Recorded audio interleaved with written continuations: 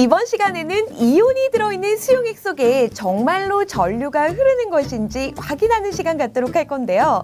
지금 선생님 앞에는 많은 시약들이 놓여 있습니다. 자, 지금 가운데 놓여 있는 것이 아주 순수한 물인 증류수인데요. 증류수는 절대 전류가 흐르지 않을 것이다 라는 거 예상은 하실 수 있겠죠. 자, 그래서 선생님이 증류수를 이쪽으로 옮겨 놓도록 할 거고요. 자, 나머지 시약들 한번 보도록 할게요. 자, 지금 여기 준비된 것이 에탄올 수용액입니다. 자, 그리고 이쪽에 준비된 것이 설탕인데요. 설탕을 물에 녹여서 설탕 수용액을 만들어 놓은 모습이에요. 자, 그리고 이쪽도 한번 보도록 할게요. 자, 여기 앞에 있는 것이 고체 염화나트륨이고요. 염화나트륨을 물에 녹인 염화나트륨 수용액입니다. 자, 그리고 마지막으로 과망간이산 칼륨이 준비가 되어 있고요. 이를 증류수에 녹여서 과망간이산 칼륨 수용액을 만들었습니다. 자, 그럼 우리는 가장 먼저요, 이렇게 전류가 흐르는지 안 흐르는지를 확인하기 위한 전기 전도계가 필요하겠죠. 자, 그래서 선생님이 이렇게 두 개를 준비해 왔는데요. 자, 이 전기 전도계는 전류가 흐른다는 것을 어떻게 확인할 수 있을까? 자, 그래서 선생님이요, 지금 전원장치를 전기 전도계에게 살짝 연결해 보도록 할게요. 자, 한쪽을 플러스, 한쪽을 마이너스를 연결할 건데 잘 들어보셔야 돼요. 자, 소리 들으셨습니까? 한 번 더 들려드릴게요. 자, 이렇게 전류가 흐르게 되면요, 전기 전도계에서 소리가 나게 될 겁니다. 자, 그럼 선생님과 함께요, 증류수부터 하나하나 확인을 좀 해보도록 할 건데요. 자, 증류수에 전기 전도계를 담궜더니 그 어떤 소리도 나지 않네요.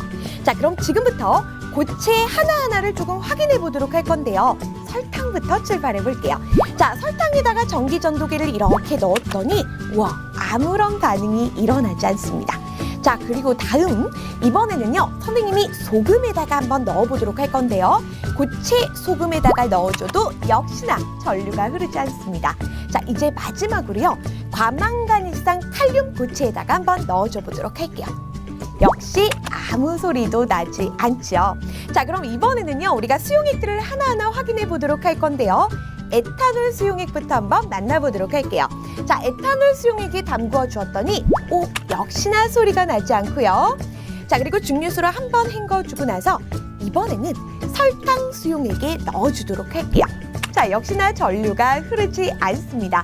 자, 에탄올이나 설탕 같은 경우는 수용액 상태가 되어도요, 전류가 흐르지 않는다, 이온이 존재하지 않는구나 라는 걸 확인할 수가 있겠고요.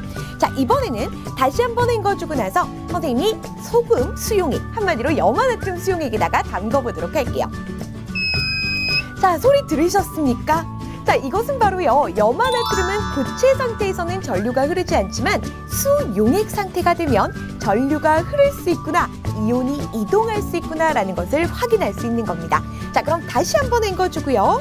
자, 이제 마지막으로요, 과망간이산 칼륨 수용액에다가 넣어보도록 할게요. 자, 들으셨습니까? 한 번 더. 네, 이렇게 과망간이산 칼륨 수용액 역시도요, 고체 상태에서는 전류가 흐르지 않지만 물에 녹아 수용액 상태가 되면 이온들의 이동이 가능하기 때문에 전류가 흐를 수 있다라는 거 잘 정리해 놓으셔야 돼요. 자, 그러면 우리는 지금부터 정리 들어갑니다. 에탄올과 설탕은 수용액 상태가 되어도 전류가 흐르지 않았는데요. 자, 이들 물질은 물에 녹아서 이온으로 나누어지지 않기 때문입니다. 자, 우리는 이러한 물질을 비전해질이라고 불러주고요. 반면 염화나트륨과 과망간이산 칼륨 같은 경우는 물에 녹아서 전류가 흘렀었죠. 자, 이러한 전해질 물질들은요, 물에 녹아 이온으로 나누어지고요, 이온의 이동이 가능했기 때문입니다. 자, 우리가 오늘 시간 배운 내용 잘 정리해 놓으시고요. 선생님이랑은 더욱더 신나는 실험에서 만나도록 할게요.